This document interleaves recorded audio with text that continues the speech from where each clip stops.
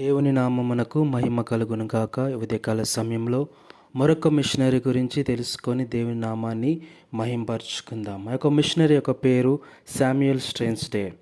ఈ యొక్క శామ్యూయల్ ఎస్డే 1808 మే 13న కెనడాలోని ఒంటారియోలోని bastard టౌన్షిప్లో Jeremiah మరియు సబ్మిట్ డే దంపతులకు జన్మించాడు.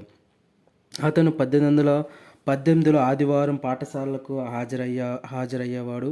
ప్రతి సంవత్సరం తన పుట్టినరోజు సందర్భంగా గత సంవత్సరం సమీక్షను వ్రాసే అలవాటు అతనికి ఉంది.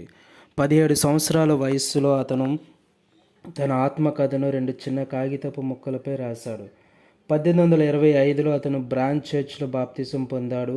తరువాత దానిని లీడ్స్ చర్చ్గా మార్చారు. అతను వ్యవసాయం మానేసి 1827 మరియు 1828 మధ్య స్టోన్ స్కూల్ హౌస్లో బోధనా వృత్తిని ప్రారంభించాడు. అతను ఏప్రిల్ 1828లో తిరిగి బాప్తిసం తీసుకున్నాడు మరియు చర్చ్ ఫెలోషిప్లోకి ప్రవేశించాడు. తరువాత అతను బ్రిక్ స్కూల్ హౌస్లో మరియు తరువాత స్టోన్ స్కూల్ హౌస్లో బోధన కొనసాగించాడు.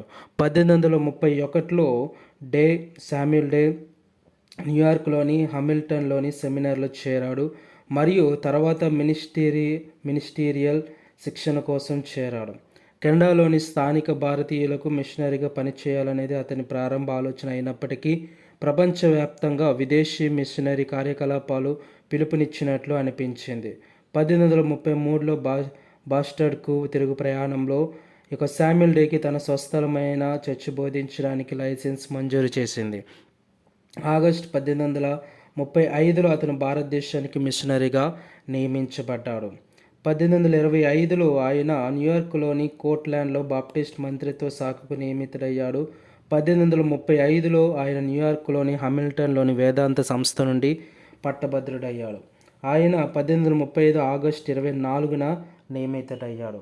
శామ్యూయల్ డే 1835లో రొయన్నా క్లార్క్ను వివాహం చేసుకున్నాడు. 1835 సెప్టెంబర్ 23న శామ్యూయల్ డే ఎల్ అబాట్ మరియు వారి భార్యలతో కలిసి American Baptist foreign mission society ABMFMS కింద మిషనరీ పని కోసం భారతదేశానికి ప్రయాణించారు. 1836 ఫిబ్రవరి 5న కలకత్తా చేరుకున్న తర్వాత ఈఎల్ అబాట్ బర్మాకు బయలుదేరారు. శామ్యూయల్ డే కుటుంబం వైజాగ్పట్నంలో స్థిరపడ్డారు. విశాఖపట్నం చేరుకున్న తర్వాత శామ్యూయల్ డే స్థానిక తెలుగు భాషను నేర్చుకోవడం ప్రారంభించాడు మరియు 1805 నుండి విశాఖపట్నంలో అప్పటికే చురుకుగా ఉన్న లండన్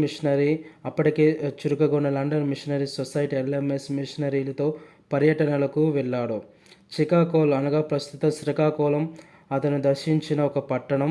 అది అమెరికన్ బాప్టిస్ట్ మిషన్ కార్యకలాపాలను ప్రారంభించడానికి సరైన ప్రదేశంగా అతనికి అనిపించింది.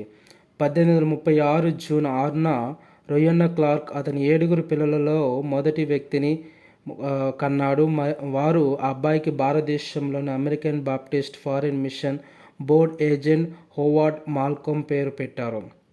మిషనరీలు ఎక్కడ స్థిరపడాలో ఎంచుకునే స్వేచ్ఛ శామ్యూయల్ డేకి లేదు. వారు హోవార్డ్ మాల్కమ్ సలహా కోసం వేచి ఉండాల్సి వచ్చింది. కుటుంబం శ్రీకాకుళంకు వెళ్ళి దాని స్థానిక ప్రజల కోసం ఒక పాఠశాలను ప్రారంభించింది.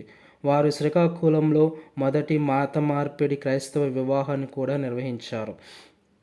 మార్చ్ 1837లో మాల్కమ్ డేను మద్రాసులో ప్రస్తుత చెన్నై ఆంగ్లేయుల మధ్య మరియు అక్కడ ఉన్న మల్మయన్ చర్చ్ శాఖలో పనిచేయమని కోరాడు.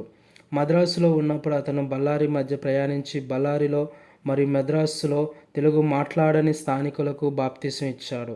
అదనంగా అతని ఇతర విధులు మద్రాస్ ఆక్సిలరీ బైబిల్ సొసైటీ మరియు అమెరికన్ బాప్టిస్ట్ ట్రాక్ట్ సొసైటీతో పనిచేయడం.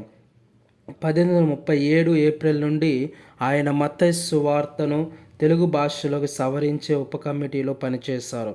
ఆయన ఇప్పటికే తెలుగు చదవడానికి మరియు మాట్లాడడానికి ప్రావీణ్యం సంపాదించినందున తెలుగు మాట్లాడే ప్రజలలో పనిచేయాలని ఒక నిర్దిష్ట అభిరుచి అతని కుటుంబాన్ని ఫిబ్రవరి 1840లో మద్రాసుకు ఉత్తరాన 110 మైళ్ళ దూరంలో ఉన్న తెలుగు మాట్లాడే నెల్లూరు గ్రామానికి తరలించవలసి వచ్చింది.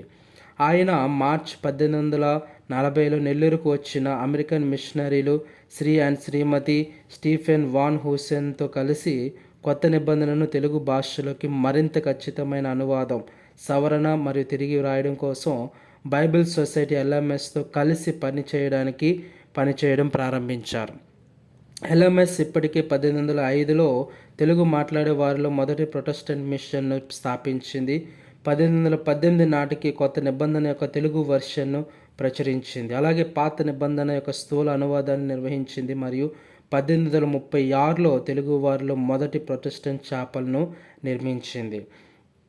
ఆగస్టు 1843లో ముగ్గురు స్థానిక మత మార్పిడిదారులు నెల్లూరులో బాప్తిసం పొందారు మరియు అక్టోబర్ నాటికి ఒక చర్చ్ నిర్వహించబడింది. 1845లో డే మరియు అతని భార్య అనారోగ్యానికి గురై మిషన్ విడిచిపెట్టవలసి వచ్చింది. వారు డిసెంబర్ 3, 1845న అమెరికాకు ఓడలో ప్రయాణించారు. రొయ్యన్న అమెరికాలో వదిలి వెళ్లడంతో అతను అమెరికన్ మిషనరీలు అయిన మిస్టర్ మరియు మిసెస్ లైమన్ జ్యూవెట్లతో కలిసి మళ్ళీ భారతదేశానికి ప్రయాణించి 5 సంవత్సరాల కాలానికి ఫిబ్రవరి 1849లో మళ్ళీ నెల్లూరుకి చేరుకున్నాడు. జూలై 2, 1849 నుండి అతను నెల్లూరులోని ముస్లింలలో కూడా పనిచేయడం ప్రారంభించాడు. ఈలోగా శ్రీమతి జ్యూవెట్ బాలికల బోర్డింగ్ స్కూల్ను ప్రారంభించింది. ఈ యొక్క శామ్యుల్ డే 1853 మే 7న ఆవర్తన అనారోగ్యం కారణంగా అమెరికాకు తిరిగి వచ్చాడు.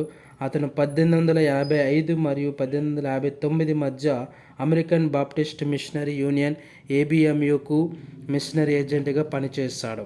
భారతదేశంలో మిషన్ల కోసం నిధులు సేకరించడానికి అతను తరచుగా ఉత్తర US మరియు కెనడా అంతటా ప్రయాణించేవాడు. 1867లో రెవరెండ్ AV టింపానీ మరియు అతని భార్య పనిని కొనసాగించడానికి తెలుగు మిషన్కు వచ్చారు. శామ్యుల్ డే 1871 సెప్టెంబర్ 17న న్యూయార్క్లోని హోమర్లో గుండెపోటుతో మరణించాడు. అక్కడ ఆయనను ఖననం చేశారు. ఈ విధంగా శామ్యుల్ డే తన యొక్క పరిచర్యను, తన యొక్క సేవను మన భారతదేశానికి, ముఖ్యంగా మన ఆంధ్రప్రదేశ్ రాష్ట్రానికి ఆయన ఎంతగానో అందించినారు. ఆమెన్.